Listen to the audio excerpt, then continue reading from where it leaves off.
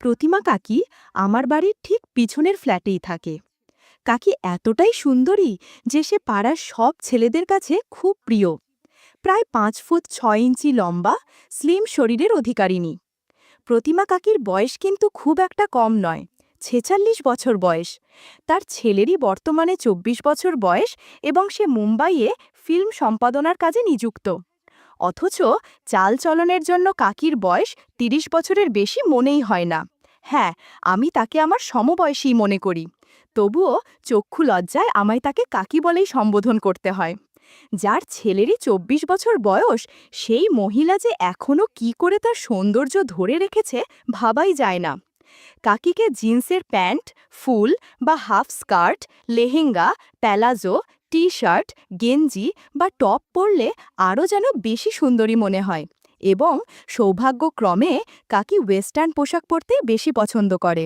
Shampoo করা খোলা চুলের ওপর রোদ চশমা আটকে, চোখে আইলাইনার এবং আইশ্যাডো, ঠোঁটে লিপস্টিক লাগিয়ে ওয়েস্টার্ন পোশাকে সুজ্জজ্জিত হয়ে ছেলের সাথে বেরুলে এখনও প্রতিমা কাকিকে ছেলেরই বান্ধবী বা দিদি বলেই মনে হয়। প্রতিমা কাকির স্বামী নিখিলদা প্রায় ৫০ বছর বয়স, তাই তার পাশে কাকিকে যেন তার মেয়ে বলেই মনে হয়। নিখিলদার বয়স হবার দরুন এখন আর আগের মতো কাজ করতে পারে না। সেজন্য কাকি আমার মতো পাড়াতুতো ভাতিজাদের সাথে কথা বলতে খুব ভালোবাসে। আমি হলাম কাকির সবথেকে বেশি স্নেহের ভাতিজা। সে নতুন নতুন রান্না করতে খুব ভালোবাসে। নতুন কোনো পদ তৈরি করলেই কাকি আমায় ডাক দেয় এবং প্রায়শই নিখিলদার পূর্বেই আমার সেই পদ আস্বাদন করা হয়ে যায়। আমিও কাকির ডাক পাবার অপেক্ষায় থাকি। যদিও আমার উদ্দেশ্য কিন্তু নতুন পদের আস্বাদন নয়, বরং সেই সুযোগে কাকির বাড়ি গিয়ে বেশ কিছুক্ষণ ধরে তার সঙ্গে গল্প করা। কাকি বাড়ির পোশাকে অর্থাৎ ম্যাক্সি পরেই আমার সামনে ঘোরাফেরা করতে থাকে। আমার খুবই আশ্চর্য হয় যে ৪৬ বছর বয়সেও কাকি তার সৌন্দর্য ধরে রাখতে পেরেছে। একদিন দুপুরে আমি লক্ষ্য করলাম কাকির ছোট জামা আমার বাড়ির ছাদে উড়ে এসে পড়েছে। আমি সাথে সাথে দুটো তুলে নিলাম। আমি সেগুলো পর্যবেক্ষণ করতেই উপলব্ধি করলাম সদ্য ব্যবহৃত। সেজন্য বোধহয় কোথাও থেকে ফিরে এসে বারান্দার রেলিংয়ে মেলে দিয়েছিল। ওই সময় আমার কাছে কাকির ব্যবহৃত পোশাকগুলো থেকে আর কোনো কিছুই বেশি মূল্যবান ছিল না। তাই জামাটা আমি নিজের কাছে স্মৃতিস্বরূপ রেখে দিলাম। তার ছেলে আমার থেকে মাত্র ৯ বছর ছোট, অর্থাৎ হিসাব মতো কাকি আমার কাকিমার তুল্য ছিল। কিন্তু কাকি যেভাবে পরিপাটি হয়ে নিজের সৌন্দর্য ধরে রেখেছে, শুধু আমি কেন, আমার থেকে বয়সে ছোট পাড়ার অন্য ছেলেরাও অবাক হয়ে যায়। একদিন দুপুরে প্রতিমা কাকি চিকেনের একটা বিশেষ পদ তৈরি করল।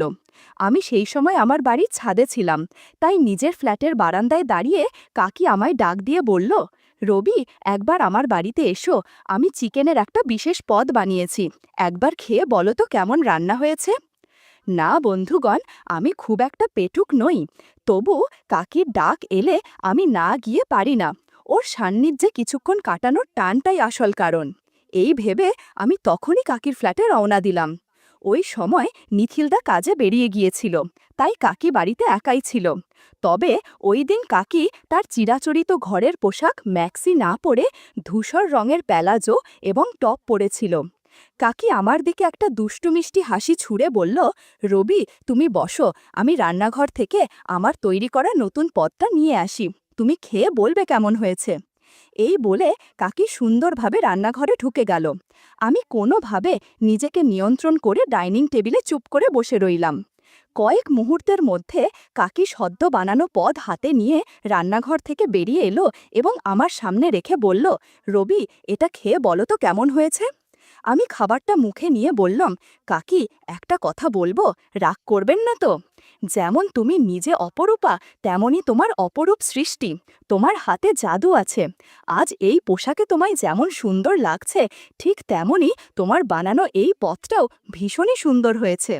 কাকি নিজের এবং নিজের রান্নার প্রশংসা শুনে ভীষণ খুশি হয়ে বলল, রবি, প্রতিবারেই তুমি যখন আসো আমি ম্যাক্সি পরে থাকি, আজ ভাবলাম ভাতিজার সামনে সেজেগুজে বন্য পোশাকে আসি, তাহলে এই পোশাকে আমায় বেশি সুন্দরই লাগছে, তাই তো। আমি প্রশংসার সুরে বললাম, কাকি, ১০০ ভাগ শিওর হয়ে বলছি, তুমি অনেক সুন্দরী, তোমায় দেখে বিশ্বাস হয় না তোমার ২৪ বছরের ছেলে আছে। তোমার ছেলের বিয়ে হলে তোমায় তো শাশুড়ির বদলে ননদ মনে হবে। আর তখন তোমার সাজসজ্জা দেখে তো আমন্ত্রিত অতিথিরা বুঝতেই পারবে না কোনটা শাশুড়ি আর কোনটা বউ। আমি সবসময় ভাবি নিখিলদা কি কপাল করেছে, যার জন্য তার স্ত্রী এত রূপসী। প্রতিমা কাকি আমার প্রশংসায় শুনে বলল, ভাতিজা তুমি ঠিক বলেছ।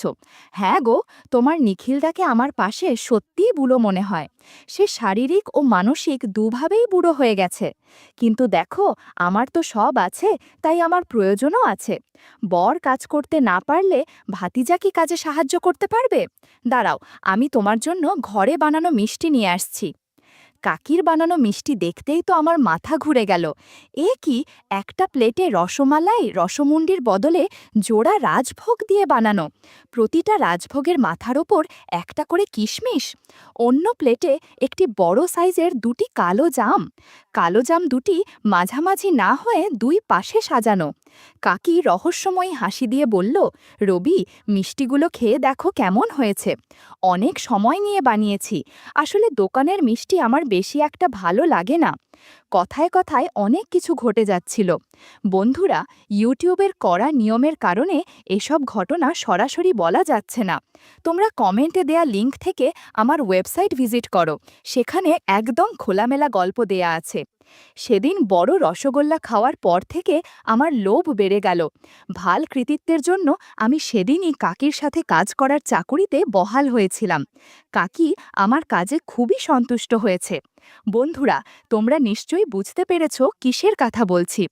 আমার বাড়ি ফেরার আগে কাকি বলল, এই ভাতিজা শোনো না, আমার বাড়ির কাজের বউ ঝুমা খুবই সুন্দরী, তারও বয়স ৪০ বছরের কাছাকাছি।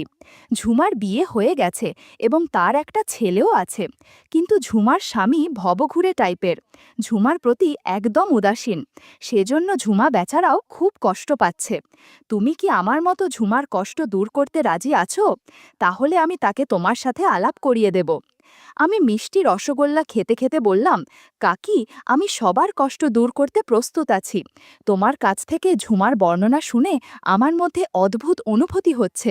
তুমি প্লিজ আমায় ঝুমার সাথে পরিচয় করিয়ে দাও, তারপরের কাজটা আমি নিজেই করে ফেলব। ততক্ষণে কলিং বেল বেজে উঠল।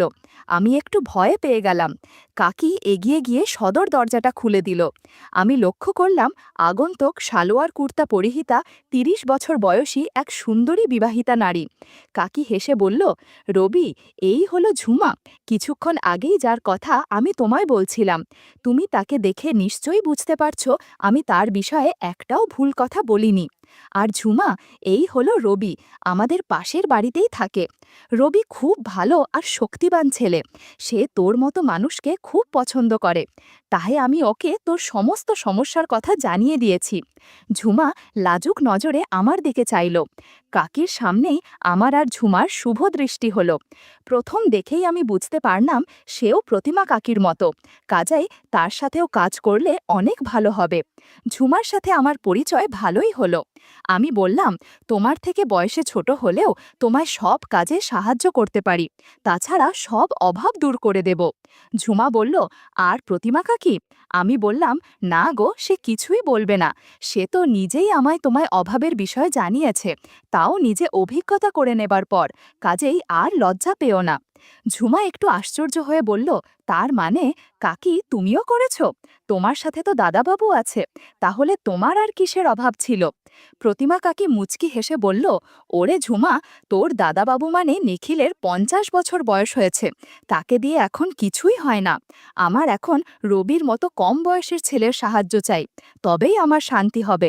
তাছাড়া রবি শক্তিশালী, রবি বয়সে আমার চেয়ে ১২ বছর আর তোর চেয়ে ৬ বছর ছোট। আমার বিশ্বাস ও সব পারবে। এই কিছুক্ষণ আগেই রবি আমার সাথে কাজ করেছে। আমি বলছি, আমার মতো তুইও রবির সাথে কাজ কর, দেখবি অনেক শান্তি পাবি। ঝুমা মুচকি হেসে বলল, রবি আসলেই অনেক দক্ষ, তা দেখেই বোঝা যাচ্ছে। এই ভাই, আমি তোমার চেয়ে বয়সে বড়, তাই সোজাসুজি তোমার নাম নিয়ে ফেললাম। তুমি কিছু মনে করলে না তো? আমি একটা মিষ্টি রসগোল্লা নিয়ে বললাম, আমরা এখন থেকে একসাথে কাজ করব, কিছু মনে করার কি এমন আছে? আর আমি কথা দিচ্ছি, প্রতিমা কাকির মতো আমি তোমারও সব কষ্ট অভাব দূর করে দেব।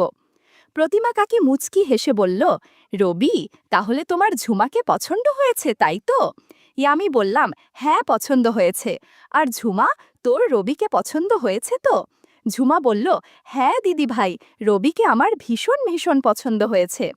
প্রতিমা কাকি বলল, তাহলে চলো কাজ শুরু করি, অনেক কাজ পড়ে আছে, ক্লান্ত হলে চলবে না।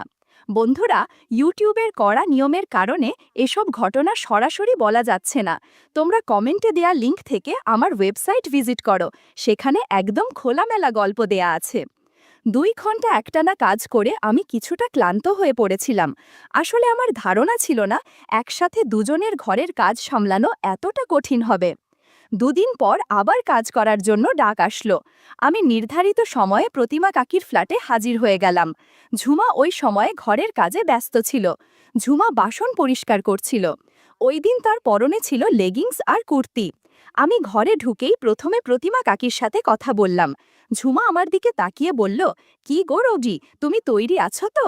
এজন্যই কিন্তু তোমায় 2 দিন বিরতি দেওয়া হয়েছিল, যাতে তুমি একসাথে আমাদের সাথে কাজ করতে পারো। এরপর গত দিনের মতো আবারও কাজ শুরু করলাম। বুঝতে পারলাম 2 দিনে অনেক কাজ জমে আছে। আমি সম্পূর্ণ এক নতুন অভিজ্ঞতা পাচ্ছিলাম।